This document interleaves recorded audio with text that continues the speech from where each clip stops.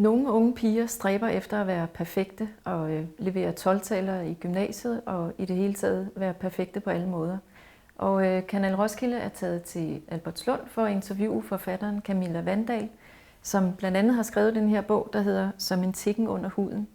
Og som læser kommer man helt ind under huden på hovedpersonen, som har nogle af de her problemer med at anerkende sig selv og stræbe efter det perfekte. Camilla, hvordan vil du beskrive hovedpersonen i din bog? Jamen, hvor hun er en speciel pige, fordi hun på en gang er både sårbar, men egentlig også har en eller anden form for styrke. Altså hendes sårbarhed ligger jo i hendes perfektionisme og ønske om at have kontrol.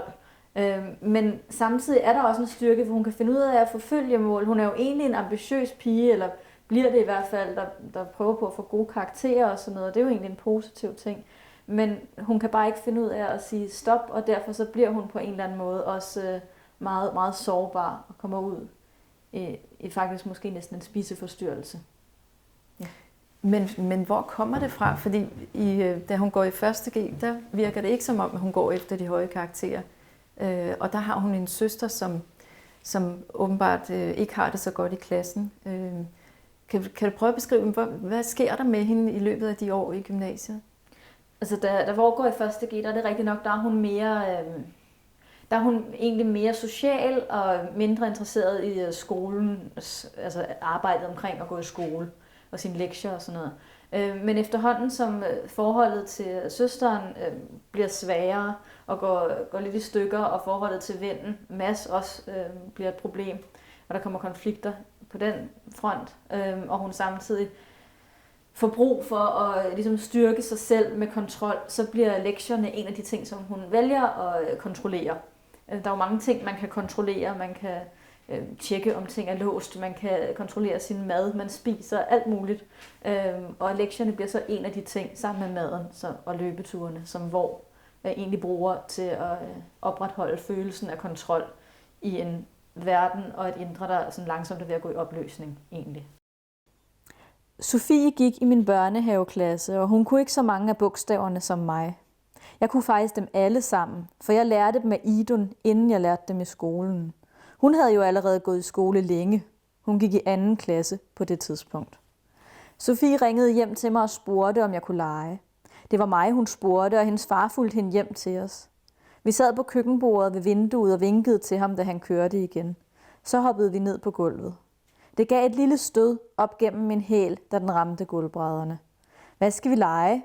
Jeg åbnede og lukkede en skuffe mange gange. Sofie havde kun været hjemme hos mig 1 gang, og det var, da jeg holdt fødselsdag, så det talte ikke rigtigt, for der var også mange andre børn. Vi kan tegne, eller spille fodbold, eller lege modeshow. Sofie havde mange idéer. Det var derfor, jeg gerne ville være venner med hende. Hun var sjov at være sammen med. Så synes jeg modeshow, bestemte jeg. Skal vi gå ind på mit værelse og øve det? Så kan vi vise det for min mor og far bagefter. Vi gik ind på mit værelse. Har du noget sjovt klædet ud tøj? Spurgte Sofie og kiggede rundt på værelset. Herefter så kommer søsteren ind, og nu vil hun også gerne være med i legen. Så jeg vil læse videre et stykke lidt senere, hvor hun foreslår at være med. Hvis jeg må være med, bliver legen meget sejere, siger søsteren. Jeg åbnede munden, og helt ærligt var det for at sige, at det måtte hun ikke. For Sofie var min ven, og hun var kommet for at besøge mig. Men Sofie var hurtigere end mig. Hvorfor? Fordi jeg ved, hvor vi kan finde noget flottere tøj til modeshowet. Det var typisk Idun, at hun allerede vidste, at vi legede modeshow. Måske havde hun stået og lyttet ude foran døren. Det skulle ikke undre mig. Hvor? Min stemme var skeptisk. Og i øvrigt synes jeg, at mit udklædningstøj var godt nok. Men Idun smilede bare det der skælmske smil og sagde hemmelighedsfuldt et øjeblik. Hun kom tilbage med både en perlekæde, mors høje lilla sko med de tynde hæle, et par lange sorte støvler med lidt kraftigere hæle og 3 af mors kjoler. Den ene var den sommerkjole, som hun tit havde på, når vi var på stranden. Den anden var en fin kjole, som hun havde på, da vi var til nytårsfest hos tante Trine. Den glitrede, som om der var krystaller på den, men i virkeligheden var det bare sølvfarvede paljetter. Det gjorde så ondt i min mave, for jeg vidste, at vi ikke måtte tage kjolerne, især ikke den 3. Det var nemlig mors brudekjole, fra da hun og far blev gift. Jeg fandt også læbestift. Idun holdt en lyserød og en rød læbestift op, så vi kunne se dem. Min mave var fuld af slanger. De æltede rundt og var klamme og slimede. Det var næsten som om de prøvede at komme op gennem mit spiserør og ud af min mund. Jeg ville sige, at vi skulle gå tilbage med kjolerne. Jeg ville spørge, om Idun havde spurgt mor om lov. Men det vidste jeg, at hun ikke havde, for mor var på arbejde, og far var ude i værkstedet. Jeg stod der og samlede mod til at sige, at vi i hvert fald ikke skulle lege med brudekjolen og de lilla sko. Men så kom jeg til at se på Sofie, og hendes blik skinnede så meget. Den er godt nok flot, sagde hun stille og strøg en hånd hen over brudekjolen. Hun havde ret.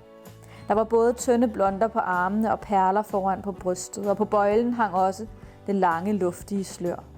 Er det virkelig klædt ud tøj? Hendes stemme var imponeret. Jeg så på Idun. Jeg tror, mine øjne trylede hende. Hun skulle sige, at det var for sjov. At det var mors brudekjole og lægge den tilbage i soveværelset. Men hendes blik blev bestemt og lidt hårdt, da hun sagde, ja selvfølgelig, og du må gerne have denne her på til showet. Idun rakte brudekjolen frem mod Sofie. Hun tog imod den, som om den var verdens største skat.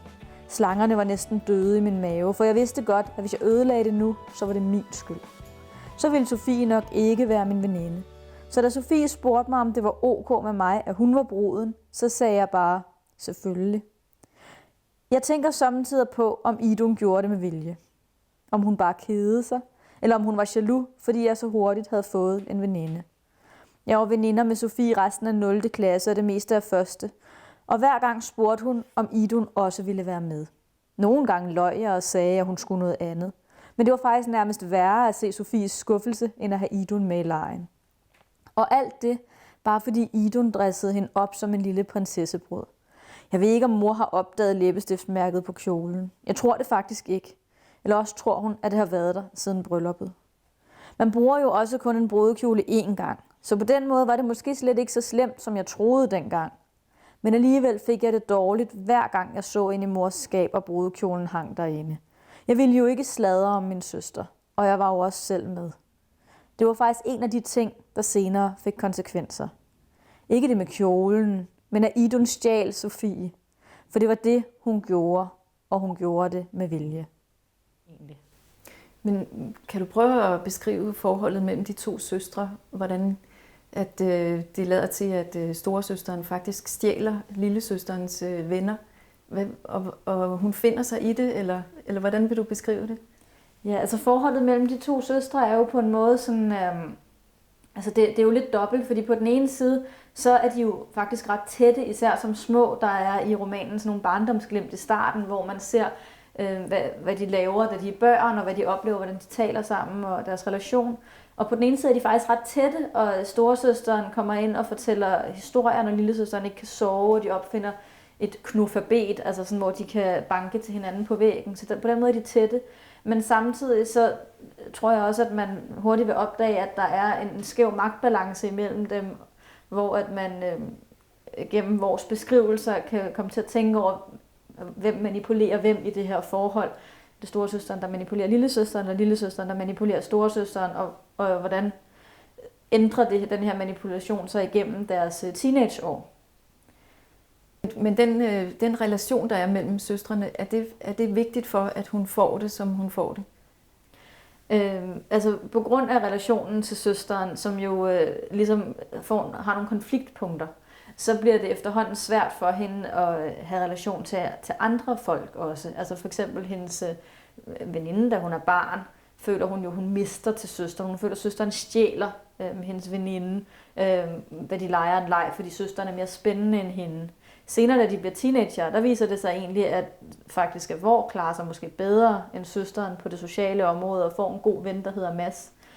Men da de så bliver et trekløver, så kan man egentlig sige, at Idun på en måde igen går ind og stjæler Mads, fordi hun bliver kærester med ham. Så deres forhold bliver ligesom ved med at være på den ene side tæt, altså de tætte søstre, og på en måde også venner og sådan, veninder. Men deres forhold lider også nogle knæk, og Hvor er i virkeligheden ikke altid helt sig selv over for sin søster. Ja. Men det virker jo næsten som om, at Hvor, altså hovedpersonen, at hun føler, at hun ikke fortjener kærlighed. Er det rigtigt? Ja, hun beskriver flere gange i romanen faktisk, hvordan hun føler, at hun måske er nærmest et tomt hylster, der ikke har fortjent kærlighed, og som måske ikke er i stand til faktisk at elske. Hun er bange for, eller er måske en kold person, eller er bløde, som ikke kan lukke andre ind. Og det er jo ikke fordi, at nogle mennesker ikke kan elske, eller er kolde, eller født sådan. Og det er ikke fordi, at hun har været igennem nogle traumer, for eksempel i sin barndom, eller sådan noget i den stil. Men det er simpelthen fordi, at det hænger sammen med det her kontrolbehov, at hvis man lukker folk ind bag ligesom sin skal, så giver man også en åbning for kontroltab. Og en af de ting, hvor er mest bange for, hvilket måske ikke står helt tydeligt, men mellem linjerne, det er kontroltab. Angsten for at tabe kontrollen er noget af det, der driver hende både i den begyndende spiseforstyrrelse og på løbeturene og med lektierne og i relationen til andre. Og hvis du indgår i en kærlighedsrelation til en mand, eller er helt tæt på for eksempel din søster eller en veninde eller sådan noget, så bliver du bare mere sårbar. Okay.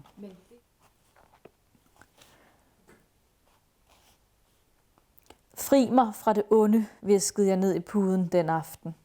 Det onde er dig, Idun, og det er mig. Det var de følelser, som Mads vækkede i mig, når han så på dig, og det var de følelser, der vækkedes, når han så på mig. Det var også de følelser, Mads vækkede i dig. Og tanken aldrig. Seriøs styrke søges. Man må ikke falde. En dag sad jeg sammen med Mads og Idun og spiste regnbueis. Mads skar en fed skive og lagde på hver af vores tallerkener. Udenfor skinnede solen, det var snart sommer. Jeg vil lave min til softice, sagde Idun og rørte i den med en ske, ligesom vi gjorde, da vi var små. Jeg tænkte, at det var sjovt og fjollet, og kørte også min ske ned midt imellem det lyserøde og det brune. Skiven, jeg skar, var en pæn bue. På den måde frigjorde jeg det lyserøde fra det brune og hvide og lavede en pæn lyserød softice. Det var, da jeg tog den første skefuld, at Mads foreslog, vi holdt en fest. Det kan være vores fælles fødselsdag, sagde han. Lige i det øjeblik tror jeg, at han så sig selv, som han sad der ved ellipsebordet og tronede mellem to kvinder. Ja, han nød det. En kostymefest, sagde Idun med skinnende øjne, og sådan blev det. Næste gang jeg blev tilbudt regnbueis, var jeg 18, og jeg kunne ikke forstå, at jeg nogensinde havde slikket den røde, tykke is af skeen med nydelse. Og ladet jer se, at jeg gjorde det. Især ikke det. Men det her med at have et ønske om at være perfekt og hele tiden stræbe efter måske noget, der er uopnåeligt, altså, er det noget, du kan genkende fra dig selv? Altså, jeg vil starte med at sige, at vores historie er ikke min historie. Jeg har aldrig haft en spiseforstyrrelse, jeg har aldrig løbet så meget, som hun gør, og mødt en mand ude i skoven og sådan noget. De ting har jeg aldrig oplevet, så hendes historie er ikke min. Men jeg kan genkende det her med kontrol og perfektionisme på den måde, at jeg selv har været i gymnasiet for eksempel meget perfektionistisk med at få lavet lektier. Jeg lavede altid alle mine lektier til alle timer. Og i 3.G, der trak jeg mine 3 højniveaufag, hvilket var sjældent, man gjorde dengang. Og jeg læste fulde pensum op i alle 3 fag, plus at i dansk, som jo var et 3-årigt fag, hvor der i forvejen var ret meget at læse højt, eller læse op, der læste jeg også hele Litteraturens Veje, som var sådan en meget tyk bog om litteraturhistorie op. Så jeg havde tegnet mig et skema af, hvordan jeg skulle nå at læse alle de her ting op. For eksempel skulle jeg også læse historie op, som også var et 3-årigt fag. Hvordan jeg skulle nå at læse alt det, som vi havde læst i løbet af 3 år i gymnasiet, i løbet af den her læseferie, som på ingen måde var en ferie. Og det var en rigtig hård periode, hvor jeg ikke var glad, og jeg ikke så særlig mange mennesker, fordi jeg brugte al min tid på at lave lektier. Og som helt sikkert havde noget at gøre med mit eget behov for at kontrollere den ukontrollerbare situation, som en eksamen er. Hvor kommer det pres fra? Altså den der stræben efter det perfekte, hvor kommer det fra? Jamen, altså det kommer ikke hjemmefra. Der er ikke nogen hjemme hos mig, som sådan har sagt, du skal have 12-tal, eller dengang hed det 13 og 11, men der er ikke nogen hjemmefra, der sådan har på den måde presset mig frem. Og egentlig havde jeg heller ikke venner, eller sådan som altså det var ikke sådan, at vi var en klub, der pressede hinanden, eller sådan noget. Så det må komme et sted inden fra mig selv. Og jeg tror, at mange teenagepiger egentlig kan genkende det til det her krav om perfektionisme, at man skal bruge lang tid på for eksempel at skrive en opgave, for ellers er det jo ikke sikkert, at den er god nok. Og ikke kun teenagepiger, sådan kan der altså også være mange voksne, der tænker. Men at den skal blive god nok, derfor skal man lægge meget tid, derfor skal man tjekke det hele grundigt igennem, og er min sætning nu god nok, og har jeg nu skrevet det hele godt nok? Og det kan så være det samme med at læse op, for hvad nu hvis man blev spurgt til den side, som man ikke havde nået at læse, så var det jo vigtigt, at man havde nået at læse det hele. Og det er så igen en måde at kontrollere på. Ja. Men er du sådan på et tidspunkt nået til et punkt i dit liv, hvor du hvor du har tænkt, jamen jeg er god nok, og accepterer dig selv som den du er? Eller er du løbet ind i nogle nederlag, som har tvunget dig til det? Jeg har faktisk, de eneste gange, jeg har fået karakterer, som har skuffet mig, det har faktisk været tidspunkter, hvor det ikke har haft noget at gøre med, hvor lang tid jeg fx har brugt på opgaven, men mere, at på en eller anden måde har jeg ramt ved siden af, der har på en eller anden måde været misforstået, og derfor så har det var ikke noget, jeg ville have kunne kontrollere. Så derfor så har de nederlag egentlig ikke haft en betydning for, at det har ikke været nederlag, men så har jeg måske bare fået en karakter, der har skuffet mig. Ikke? Så det har egentlig ikke været dem, der har gjort, at nu havde jeg gjort mig mere umage næste gang, eller sådan noget. Men det er klart, at da jeg kom på lærerseminaret, der lærte jeg, at man behøvede ikke bruge så lang tid på at læse alting op, og man behøvede ikke bruge så lang tid på en opgave, som jeg havde troet, man behøvede i gymnasiet.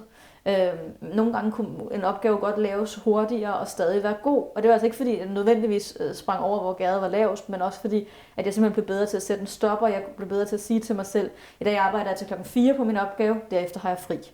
Altså sådan, så jeg ligesom, fordi når jeg så havde fri, så kunne jeg godt finde ud af at holde fri. Og det har jeg taget med mig videre i dag, er jeg jo forfatter og lever af at skrive bøger. Og det er en hverdag, hvor jeg faktisk slet ikke har min perfektionisme og kontrolbehov, hvilket jo egentlig er fantastisk, fordi man kunne virkelig tro, man kunne kontrollere og være perfektionistisk i bøger. Men det har jeg faktisk slet ikke et problem med bøger. Når jeg skriver dem, så skriver jeg med hurtigskrivning, hvor jeg bare skriver flydende derudad og lader alt komme med, og når jeg redigerer dem, så er jeg selvfølgelig hård i redigeringen, for det skal jo blive en god bog, og jeg sletter med hård hånd og sådan noget. Men der er ikke noget overdrevet, kontrollerende, perfektionistisk, hvor jeg læser tingene 100 gange igennem, for om sætningen er god nok og sådan noget. Der er jeg god til bare at sige, 15:00 har jeg fri i dag, og når det her manuskript er lavet sådan her, så er det færdigt. Og, altså der har jeg fundet en frihed i forfatterskabet. Men hvordan starter? Det var samme efterår, at Idun og jeg var i teatret og se ballet. Erindringen bringer mig direkte tilbage til helmørket i salen, livet på scenen, dansernes smidige bevægelser, deres først langsomme, intense mimik, senere hurtigere, vildere, mere desperate dans, tempelpræstinder og forbudt kærlighed. Nu lover han hende eternal love, hviskede Idun til mig. Det er håndtegnet. Jeg kunne se danserne som et på scenen. Manden og tempelpræstinden, styrken i deres bevægelser. Så slanke som ingen andre mennesker. Og så det tegn, der betød eternal love. Det bedste ved at være i teateret med Idun var, at hun gjorde stykket levende for mig. Jeg var engang med skolen inde og se et stykke, og jeg forstod ingenting. Men med Idun ved min side åbnede kunsten sig og blev kærlighed, længsel, perfektion. Jeg glædede mig allermest til det lille strejf af hendes stemme, der viskede handlingen til mig. For når man først forstod de dansende, var det som at se en kropsfyldt, ordløs samtale. Den forelskede pige blev bidt af en slange. Hun vred sig i vild dødsdans. Hun vil kun tage modgiften, hvis han vil have hende tilbage, sagde Idun. Jeg tog Iduns hånd, klemte den en lille smule. Når mørket og kunsten lukkede sig omkring os på den måde, var det som om vi var små igen. Så var det, som når hun fortalte eventyr under min dyne. At komme ud efter en ballet er som at vågne en lille smule. Kroppen er tung og døsig af kunsten. Ryggen værker, fordi man har måttet læne sig frem for at kunne se med de billige billetter. Man findes på en perron et mærkeligt sted mellem teaterets drømmeverden og ens egen virkelighed. Og med Idun kunne man blive i den drømmeverden, for hun havde intet behov for at vække en med intetsigende analyser af stykket. Hun levede muligvis i sin egen drømmeverden. Forfatterskabet. Men hvordan startede det med at skrive bøger? Jeg har altid skrevet, og jeg har altid fortalt historier. Min mor siger, at da jeg var barn, så fortalte jeg om hver en sten på min vej, på vej hjem fra børnehaven. Så det har jeg altid gjort, og før jeg kunne skrive, har jeg tegnet mine historier. Men da jeg blev 9 år gammel eller sådan noget, så lærte jeg at skrive og startede på min første historie, der hed En UFO i baghaven, som handlede om en dreng, der fandt en UFO i sin baghave, og der var et rumvæsen, som var grønt med røde pletter. Det var så meget inspireret af E.T., som jeg lige havde set. Og så siden har jeg egentlig altid skrevet historier. Og da jeg blev teenager, der fandt jeg ud af, at jeg ville gerne være forfatter, jeg ville gerne gøre mere ved det. Og så fandt jeg en forening, der hed Håbfulde Unge Forfattere, som stadig findes. Og den forening meldte jeg mig ind i, og der mødte jeg andre, der kunne lide at skrive. Og sammen med de her andre, der dannede jeg skrivegrupper, og vi lavede skrivekurser og arrangementer og sådan noget, og støttede hinanden i, at man kunne godt skrive en roman, selvom man var ung. Og mine første romaner blev ikke udgivet. Og det er meget almindeligt, at man får en del afslag, før man kommer igennem med en roman. Men min debutroman Hjerte i vente fik jeg ud, da jeg var 22 år. og det er egentlig en roman med nogle af de samme temaer, også angst og kærlighed, som en tikken under huden. Og så siden er det gået slag i slag med at skrive den ene bog efter den anden, og jeg synes, jeg har et skønt arbejde. Og hvad er dit ønske med bogen her, som en tikken under huden? Hvad vil du gerne have, at læserne skal få ud af at læse bogen? Da jeg skrev som en tikken under huden, der var mit ønske faktisk at skrive noget sprogligt poetisk, som var spændende for mig at skrive. Jeg synes, sprog er spændende, og som ville give genklang på en eller anden måde hos de læsere, der læste den, som ville få dem til at gennem sproget føle, at de fulgte en lidt sart og sårbar hovedpersons udvikling. Og det er jo egentlig et specielt mål på den måde, at det er jo ikke et mål, som hvis jeg havde et mål om, at nu skulle folk forstå et budskab eller en morale eller sådan noget. Det er sjældent, at jeg skriver ud fra, at en eller anden form for morale eller løftet pegefinger eller sådan noget, eller nu vil jeg vise denne her side af virkeligheden. Sådan er det meget sjældent, når jeg skriver. Til gengæld så ved jeg jo godt bagefter, når jeg har skrevet hele bogen, så kan jeg gå tilbage og se, hvilke temaer har jeg egentlig skrevet om i den her bog. Og så kan jeg ligesom pensle dem frem, lidt ligesom en arkæolog eller sådan, inden bogen bliver udgivet, så jeg i redigeringsfasen faktisk kan pensle de temaer, jeg kan se er kommet frem under skrivningen, som har været mere intuitive, da jeg skrev. Så kan jeg ligesom pensle dem frem og få dem til at ligesom blive tydeligere. Og på den måde er det jo klart, at jeg får nogle temaer ud af det. Her der var jeg godt klar over, da jeg redigerede den, at det handlede om kontrol og angst og skyld og kærlighed og ja. Det er vores fødselsdag, og hendes forældre har foræret hende et gavekort til at rejse til Grønland for at besøge søsteren. Samtidig serverer de en lækker chokoladekage for hende. Jeg stirrede på gavekortet. Min indvold trak sig sammen. Kagen tronede ved siden af kortet. Dets diametrale modsætning. Brun og hvid, tynd og tyk. Vi tænkte, du kunne besøge. Mors stemme forsvandt på et tidspunkt. Der blev tomt og hvidt rundt om mig. Jeg kunne se dine øjne som to lysende øjne, vandmænd, klatre et sted i luften. Jeg bed mine tænder så hårdt sammen, at jeg kunne smage jern i min mund. Jeg følte en sær sult, som jeg ikke vidste, hvor stammede fra, og min mave vred sig. Jeg tog den smalle kagegaffel op, den med 3 tænder. Skar et stykke kage af, førte det op til min mund. Tykkede på det. Blødheden, sødmen, fedtet. Der er fedt inde i mennesker. Gult og tykt flyder det rundt. Der er fedt i bryster og baller og maver og i mig. Jeg slugte det. Hele vejen ned gennem mit spiserør. Der er hvaler på Grønland, sagde far. Og isbjørne, tilføjede mor. Men dem skal du nok ikke regne med at se. Fars og mors stemmer blev en grød. Deres blikke var forkerte, forvrængede, for meget. Om lidt forsvandt jeg. Om lidt flød jeg ud og blev borte. Tak.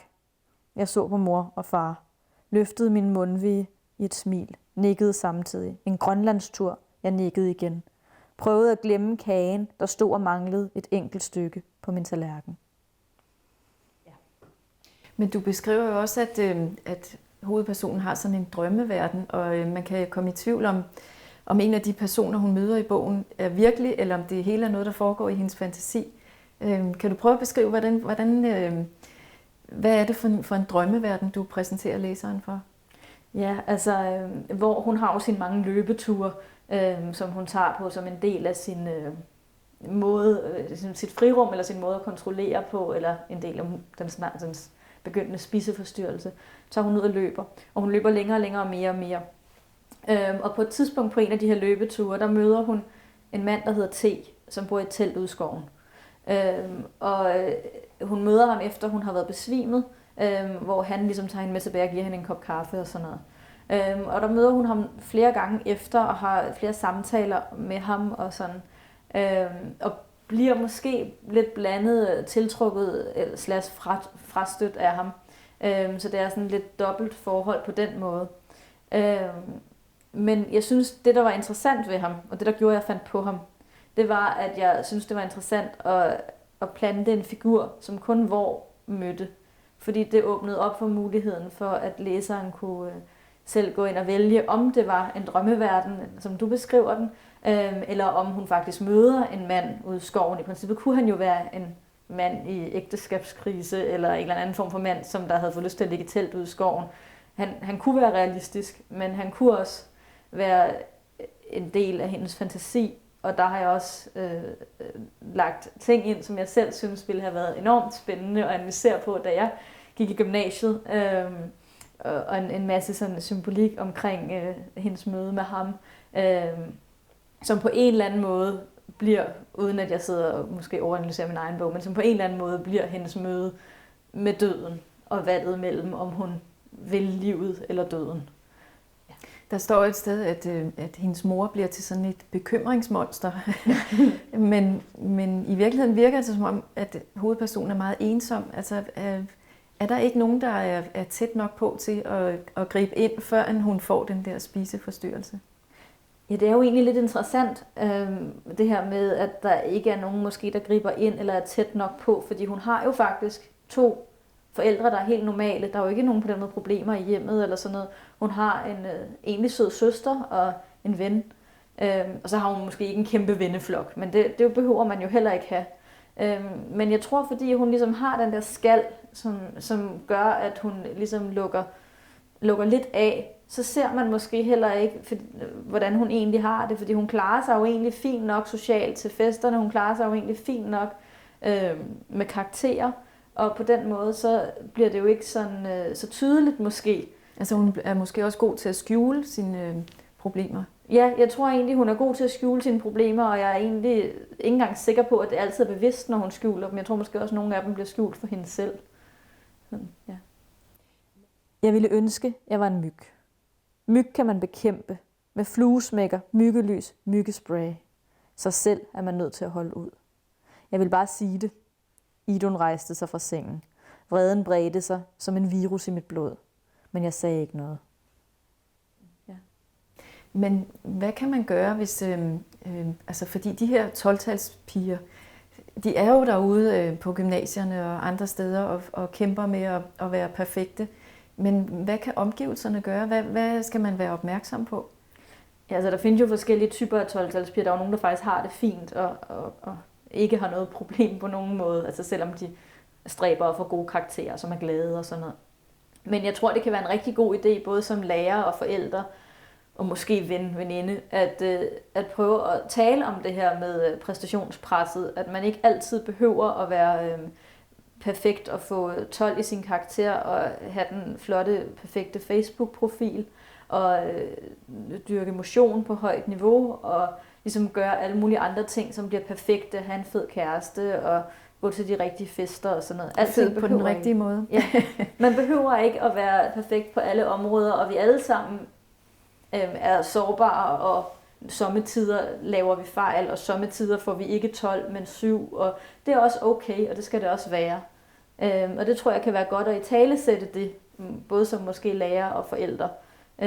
Fordi at det kan jo være nemt, når man er lærer og forældre og sidder sammen med en elev, der faktisk klarer sig rigtig godt, og kun at rose det. Men hvis man kun bliver rost og anerkendt for det, man stræber efter, altså sine 12-taller, så kan det jo også være måske svært at acceptere mindre, og synes, at man er god nok for den person, man er, og ikke kun det, man præsterer. Men samtidig så, ja, altså åbenhed, tror jeg, er det vigtige. Men det handler vel også om at finde sin identitet, og så på et tidspunkt af livet, hvor der er mange udfordringer og forventninger til, hvad man skal. Ja, og det handler i virkeligheden, de fleste ungdomsromaner, og også de fleste bøger, jeg har skrevet, de handler jo faktisk om at finde sig selv og sin identitet. Og det er klart, at det kan man gøre på mere eller mindre dramatiske måder, og det er ikke alle, der behøver at blive drevet ud i en spiseforstyrrelse og møde en halv fantasifigur ude i skoven, som symboliserer døden, for at de ligesom kan finde sig selv. Nogle klarer det meget nemmere.